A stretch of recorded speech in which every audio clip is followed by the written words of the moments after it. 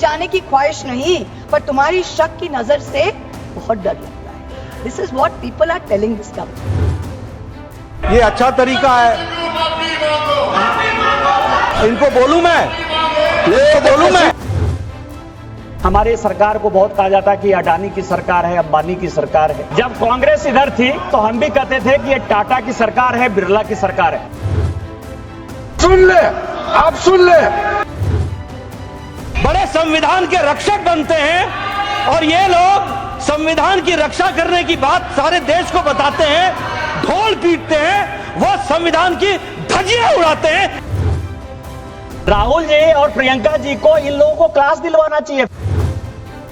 अपने हृदय पे हाथ रख के सोचिए, ये भारत तोड़ो करने वाले ये सब रिजर्वेशन के धज्जे उड़ाने वाले लोग। दिल की बातें दिल में ना रह जाएं, इसलिए बाज दफा कह दिया जाता है कि दिल पर हाथ रखकर सच कहिए। पर दिल पर हाथ रखकर क्या हर दफे सच ही कहा जाता है? बहुत दिलचस्प नजारा था जब सदन में मल्लिकार्जुन खड़गे ने यह कहा कि दिल पर हाथ रखकर कह दीजिए। किससे कही गई ये बात और जवाब क्या मिला, बताएंगे, थोड़ा सब्र रखिए। पर उससे पहले एक सलाह का किस्सा सुनना जरूरी है।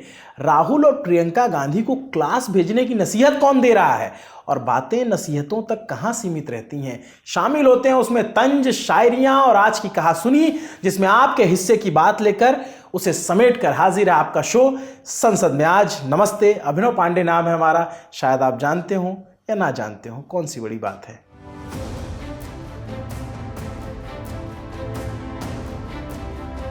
संसद के दोनों सदनों की शुरुआत हंगामेदार हुई। उम्मीद थी कि वक्फ बिल को लेकर के उसके खिलाफ विपक्ष हंगामा करेगा। हंगामा हुआ, लेकिन वक्फ बिल पर नहीं, आरक्षण के मुद्दे पर आरोप है कि कर्नाटक में सरकारी टेंडरों में मुस्लिम ठेकेदारों को 4% आरक्षण दिया गया। इसे लेकर बीजेपी कांग्रेस को निशाने पर रखती है। लोकसभा की कार्रवाई इसी के साथ शुरू होती है। सुबह के घड़ी में बज रहे थे 11, पूरे 3 मिनट तक चली। प्रश्नकाल में बिहार के समस्तीपुर से एलजेपी रामविलास की सांसद शांभवी चौधरी उठी, अपनी बात रखने के लिए सवाल पूछ रही थी। इसी बीच विपक्षी सांसद सदन में पोस्टर दिखाकर हंगामा करने लगे। अध्यक्ष ओम बिरला की ओर से पहले उन्हें समझाने की कोशिश की गई, लेकिन शोर नहीं थमा, जिसके बाद लोकसभा की कार्यवाही को 12 बजे तक के लिए स्थगित कर दिया गया। पोस्टरबाजी नहीं करें, मैं जिन पर पोस्टरबाजी करेंगे उनके खिलाफ कार्रवाई करूंगा। मैं फिर निवेदन कर रहा हूं, आप पोस्टर लेकर सदन में नहीं आएंगे। सदन में लेकर पोस्टर आएंगे तो मैं माननीय सदस्य कार्रवाई करूंगा।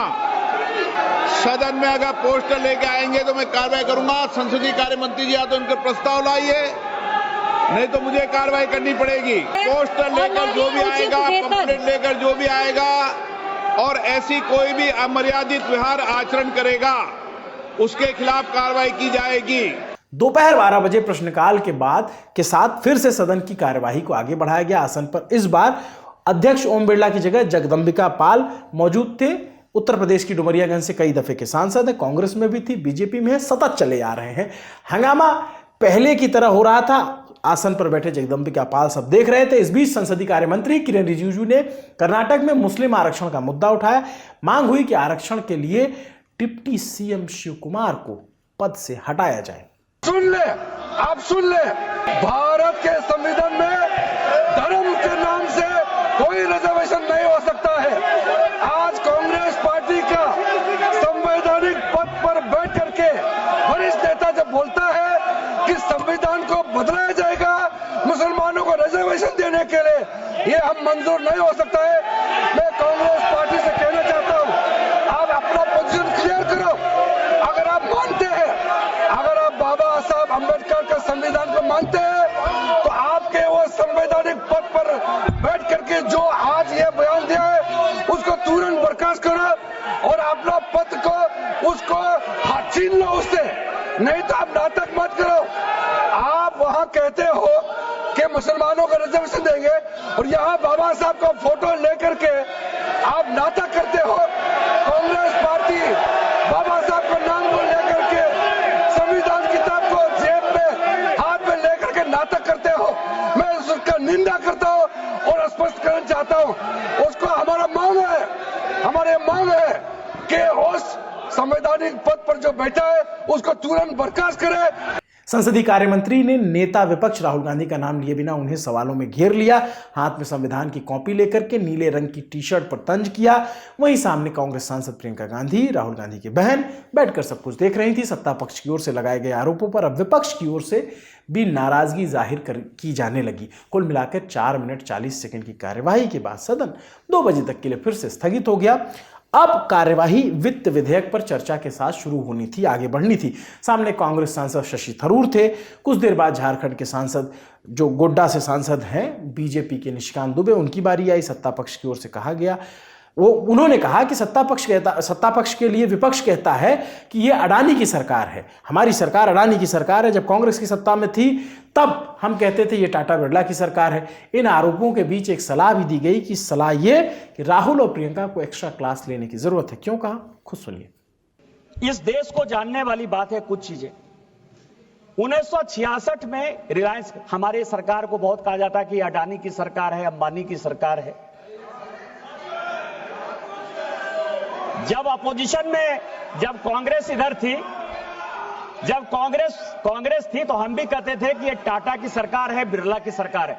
इस देश में जानने वाली बात है कि 1966 में रिलायंस इंडस्ट्री आई, 66 में, और 98 तक मैं ऑन रिकॉर्ड ये बात कर रहा हूं मिस्टर कार्ति चिदंबरम, 98 तक रिलायंस इंडस्ट्री 1 रुपया टैक्स नहीं देती थी इस देश में। ऑन रिकॉर्ड कर रहा हूं मैं। 87 में उनको परेशान करने के लिए माननीय Rajiv Gandhi ji minimum alternative tax mat लगाया 1987 में, और 88 में उसका इंप्लीमेंटेशन रोक दिया। 88 में बेनामी ट्रांजैक्शन एक्ट लाया राजीव गांधी जी ने, 88 में। इस देश को जानने वाली बात है, बेनामी ट्रांजैक्शन एक्ट, बेनामी प्रॉपर्टी को रोकने के लिए उसका रूल जो है माननीय अध्यक्ष महोदया, उसका रूल जो है 2011 तक नहीं बना, 2011 तक नहीं बना। मुझे लगता है कि यहां प्रियंका जी बैठी हुई हैं, राहुल जी और प्रियंका जी को इन लोगों को क्लास दिलवाना चाहिए फाइनेंस के बारे में। गौरव गोगोई साहब, आपको अब आप समझिए, यदि टैक्स घट गया और टैक्स हमने यदि ऑफिशियली घटा दिया तो उसमें रेवेन्यू फॉरगॉन कहां से होगा। इस बीच जिक्र राजीव गांधी और उनकी सरकार का हुआ तो कांग्रेस की तरफ से घोर आपत्ति आई। कहा गया कि पूर्व प्रधानमंत्री की छवि धूमिल की जा रही है। इस पर कानून राज्य मंत्री अर्जुन राम मेघवाल की तरफ से जवाब आया। 352 स्वर्गीय प्रधानमंत्री पर ये जो आरोप लगा रहे हैं कि एक विशेष कंपनी के मद्देनजर रखते हुए एक सरकारी कानून लाया गया है, ये पूरी तरीके से उनके छवि को धूमिल करने का माननीय कोई आरोप नहीं लगा रहे निशिकांत जी कोई आरोप नहीं लगा रहे हैं। फैक्चुअल पोजीशन देना कोई आरोप नहीं होता, फैक्चुअल पोजीशन देना कोई आरोप नहीं होता है। सदन का माहौल कुछ तब्दील हुआ। सत्ता पक्ष के बाद अब बारी थी विपक्ष के बोलने की। बोलने के लिए उठी टीएमसी की फायर ब्रांड सांसद महुआ मोइत्रा। वही उनका अंदाज, तीखा तेवर, बिल्कुल वैसे ही जैसे बीते भाषणों में हमें देखने को मिला। मुद्दा था अडानी का और आरोप लगा ईडी के साथ साथ सीबीआई। कहा गया कि ये सरकार के लिए पैसे कलेक्ट करने वाले एजेंट की तरह काम करते हैं। आपको हूबहू सुना देते हैं महुआ मोइत्रा के हिस्से की बात। Let's not forget that all tax rules are written for Vishwakarma's India, not for Kuber's India, not for favorite businessmen. तुमसे दूर जाने की ख्वाहिश नहीं, पर तुम्हारी शक की डर से बहुत डर लगता है। तुमसे दूर जाने की ख्वाहिश नहीं, पर तुम्हारी शक की नजर से बहुत डर लगता है। This is what people are telling this government. Please do not turn it into another rogue agency like the ED and the CBI, who have essentially become professional collection agents for this government. 193 cases pursued by the ED, 2 convictions. 2 convictions. 97% of ED cases are against opposition politicians. 23 of 25 switched to BJP cases were dropped. We are now truly in an Orwellian state. The finance bill doesn't merely focus on taxation. It gives the government sweeping powers of surveillance under the guise of preventing tax evasion. The government now seeks the right to monitor emails, see social media accounts, private messages. The Finance Ministry can share this data with the Enforcement Directorate, with the IT department and all other agencies. If 97% of this country is tax exempt, then who will the tax authority scrutinize? The poor 3% who are actually paying taxes, who are the hardworking individuals, who are propping up the service sector. Instead of using Pegasus secretly, the government is now openly spying in the name of suspicion. The new income tax law enables the sharing of information across 10 government agencies. Is this the government's idea of respecting tax-paying citizens who are funding its coffers? आज लोकसभा जैसी शुरुआत रही जैसी वैसा ही कुछ राज्यसभा में हुआ। बस फर्क इतना था कि यहां विपक्ष के साथ साथ सत्ता पक्ष की ओर से जबरदस्त हंगामा, जबरदस्त नारेबाजी हो रही थी। सुबह 11 बजे सदन बैठी, मुद्दा वही कर्नाटक में मुस्लिम आरक्षण। सत्ता पक्ष के सांसद वेल में आ गए। सत्ता पक्ष के, बिल्कुल सही सुना आपने, आमतौर पर ऐसा होता नहीं कि सत्ता पक्ष के सांसद वेल में आए, लेकिन यहां पर आ गए थे। चर्चा आगे बढ़ती उससे पहले ही संसदीय कार्य मंत्री किरेन रिजिजू और नेता प्रतिपक्ष मल्लिकार्जुन खड़गे के बीच तीखी बहस हुई। सत्ता पक्ष की ओर से कांग्रेस पर संविधान से छेड़छाड़ का आरोप लगा। One of the senior leader of the Congress party, very responsible Congress leader, who is holding a constitutional post, has made a statement that they are going to change the Constitution of India to provide reservation in contract work to a Muslim community. Now, this statement, we cannot take this statement lightly, because if it was a statement made by any ordinary person, then we can understand, we can reply outside. But since the statement has come from a person who is holding a constitutional position, and in a very clear term, he has stated that Congress party will provide reservation to Muslim community, and for that they will change the Constitution of India. These people, they are talking about Constitution, they are carrying the photograph of Baba Saheb Ambedkar, but their people officially makes a statement to change the Constitution of India. I want the Congress president who is sitting here in the house to make very specifically clear about the Congress party's position. How and in what manner you want to change the Constitution of India to provide reservation to Muslim community?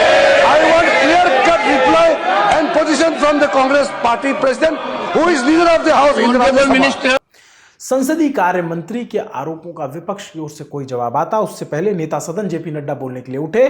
Karnataka के deputy CM D K Shivakumar का नाम उछाला और फिर वही आरोप दोहराए जो थोड़ी देर पहले संसदीय कार्य मंत्री ने लगाए थे। डिप्टी चीफ मिनिस्टर ने स्टेटमेंट दिया है हाउस में कि जरूरत पड़ेगी तो हम संविधान को भी बदलेंगे।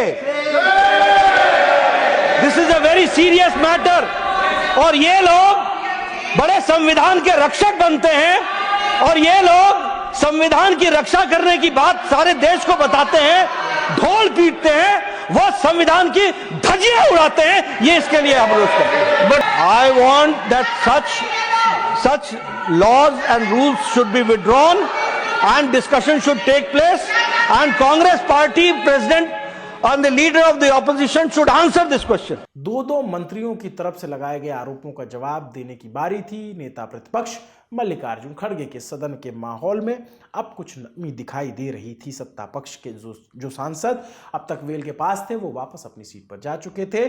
मैं यही कहूंगा, कौन सा वो आदमी इनको कहा देश का संविधान बदलने वाले हैं? देश का संविधान जो डॉक्टर बाबा साहब अम्बेडकर ने बनाया वो कोई बदल नहीं सकता। रिजर्वेशन भी कोई खत्म नहीं कर सकता, और उसकी रक्षा के लिए हम कन्याकुमारी से कश्मीर तक हमने पूरा भारत जोड़ो यात्रा की। ये भारत तोड़ो करने वाले ये सब रिजर्वेशन के धज्जे उड़ाने वाले लोग। चर्चा के बीच हंगामे का स्तर बढ़ने लगा। सत्ता पक्ष के सांसद वापस वेल की तरफ नजदीक पहुंचे। किरेन रिजिजू और मल्लिकार्जुन खड़गे में जबरदस्त बहस होने लगी। इसी बीच सदन की कार्यवाही को दोपहर 2 बजे तक के लिए स्थगित कर दिया गया।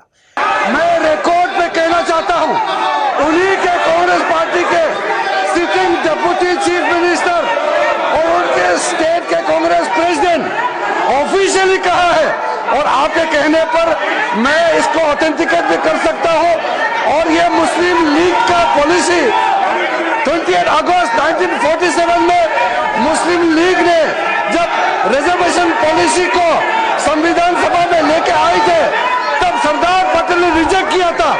आज कांग्रेस फिर मुस्लिम रिजर्वेशन का बात उठा करके बाबा साहब का संविधान का इज्जत को इन्होंने मिट्टी में मिलाने का काम कर रहे हैं। हमने ये कहा कि भारत देश के संविधान को बचाने वाले हम लोग हैं और ये जब कार्रवाई चल रही थी, स्थगित हो रही थी, इससे पहले एक तस्वीर और आई जो संसद के अंदर की थी, मतलब संसद भवन के अंदर की थी, लेकिन एक दफ्तर की थी, सदन की नहीं थी। हुआ क्या था, जो उपराष्ट्रपति हैं जगदीप धनखड़, उन्होंने 11:20 पर एक मीटिंग बुलाई जिसमें नेता सदन और नेता प्रतिपक्ष के साथ उन्होंने मुलाकात की। इस मीटिंग में जस्टिस यशवंत वर्मा के आवास पे जो अधजले नोट कैश मिले थे उसका मामला उठा। माना जा रहा है इसे नेशनल जुडिशियल अपॉइंटमेंट कमीशन यानी NJAC पर हुई बात के जैसे यहाँ पे कोई उस पर बात हुई थी। NJAC का बिल संसद से पारित हुआ था जिसके तहत जजों की नियुक्ति होनी थी। देश की आधी विधानसभाओं से ये बिल पास हो गया, मंजूरी दे दी गई, राष्ट्रपति ने भी हस्ताक्षर कर दिए थे, लेकिन बाद में सुप्रीम कोर्ट ने इसे खारिज कर दिया था। NJAC पर जगदीप धनखड़ ने कहा कि अगर ये कानून बन जाता तो वर्तमान में जजों की नियुक्ति इसी कानून के हिसाब से होती। ऐसे में जस्टिस यशवंत वर्मा के घर में नोटों का ढेर जैसा कांड नहीं होता ना होता, क्या होता इससे फर्क नहीं पड़ता। क्या हुआ है, फर्क इससे पड़ता है क्योंकि साहब जज के अमीर होने में किसी को दिक्कत नहीं है। जब न्याय गरीब होता है तब दिक्कत होती है।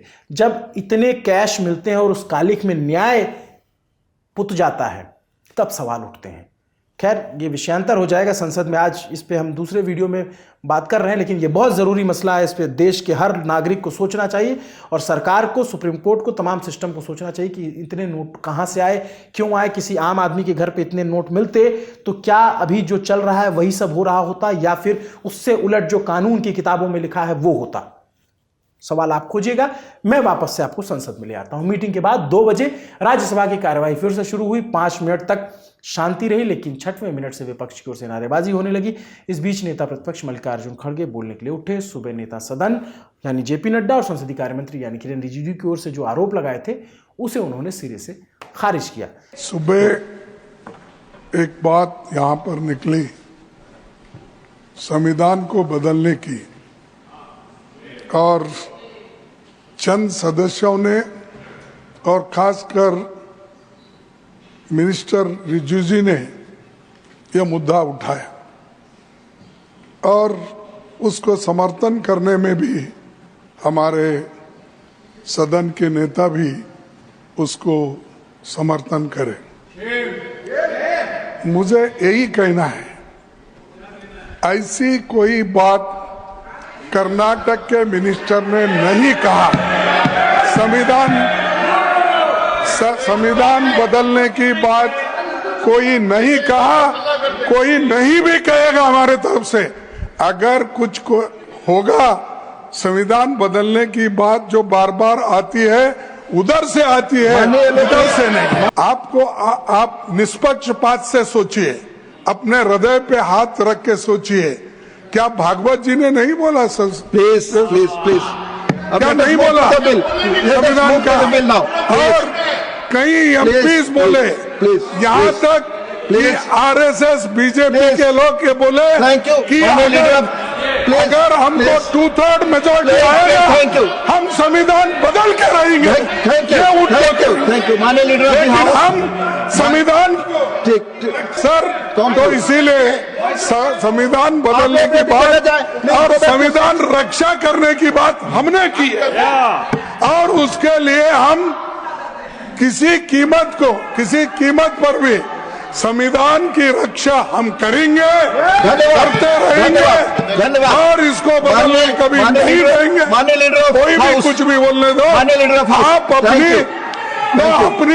आप स्पष्ट कर चुके। नेता प्रतिपक्ष की ओर से आरोप लगा कि जस्टिस यशवंत वर्मा के आवास पर मिले नोट का मामला दबाने के लिए सत्ता पक्ष की ओर से संविधान का मुद्दा उठाया जा रहा है। देखिए साहब जी, एक जज जिसके घर में पैसे मिले और उसका चिंदी इस विषय पर आप बोल चुके हैं, मानिए उस बात को प्लीज बोल चुके उस बात को सप्रेस करने के लिए और ये संविधान की बात लाए हैं। Nothing is going on record, no. Mallikarjun खड़गे के आरोपों पर जेपी नड्डा जैसे ही बोलने के लिए उठे, हंगामा होने लगा, जिस पर जेपी नड्डा की ओर से विपक्ष को कहा गया कि अगर आप ऐसा करेंगे तो मैं भी अपने सांसदों को बदले में ऐसा ही बर्ताव करने के लिए कह दूंगा। ये अच्छा तरीका है, ये अच्छा तरीका, इनको बोलूं मैं, आग्रह करूंगा, go back and sit. Leader of opposition ने जो बात कही है वो सरासर झूठ और गलत है। कांग्रेस का इतिहास रहा है, चाहे वो कर्नाटक की विधानसभा रही, कर्नाटक के विधानसभा में ठेकेदारों को कॉन्ट्रैक्ट देने के लिए 4% का रिजर्वेशन का प्रस्ताव पारित किया है। 4% का। ये अंबेडकर के रखवाले बनते हैं, उपसभापति जी, ये अंबेडकर के रखवाले बनते हैं। सरदार पटेल ने और अंबेडकर ने कहा कि reservation on the basis of religion will not take place, धर्म के आधार पर रिजर्वेशन नहीं होगा। इन्होंने तेलंगाना की विधानसभा में पहले तो इन्होंने एससी का, एसटी का और ओबीसी का हक मार करके रिजर्वेशन मुस्लिम्स को, माइनॉरिटीज को देने का काम किया है। और इन्होंने बैकडोर एंट्री क्या की है? बैकडोर एंट्री ये की है कि माइनॉरिटीज को, मुस्लिम्स को स्पेसिफिकली ओबीसी में बैकडोर से एंट्री देने का भी काम, कुत्सित प्रयास इन्होंने किया। इतिहास इस बात का गवाह है।